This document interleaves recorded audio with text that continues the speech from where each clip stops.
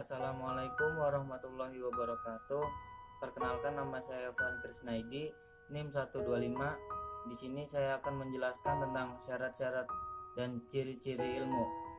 Yang pertama ada syarat-syarat ilmu. Ini sangat berbeda dengan pengetahuan. Ilmu adalah pengetahuan yang secara khusus mempelajari tentang hal penyebab terjadinya sesuatu dan mengapa.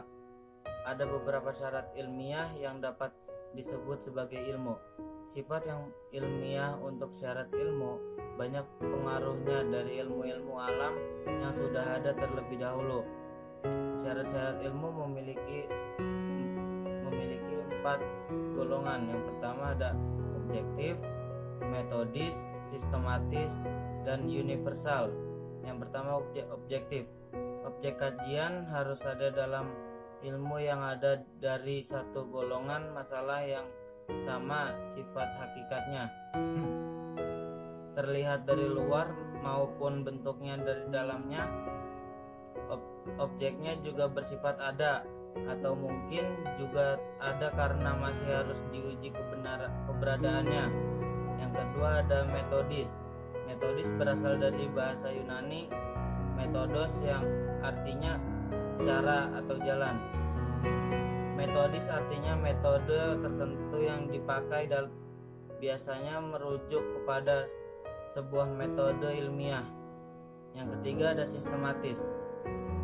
Dalam pengalamannya mencoba menjelaskan dan mengetahui suatu objek, ilmu harus terumus dan teruraikan di dalam hubungan yang masuk akal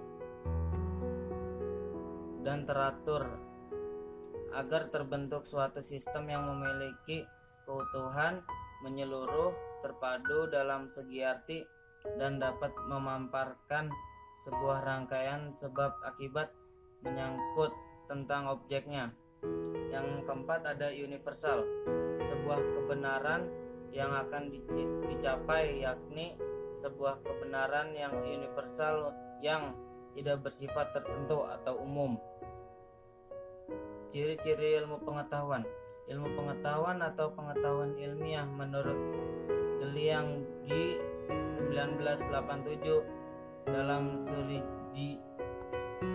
Gio 2010 mempunyai 5 ciri pokok, antara lain yang pertama ada empires.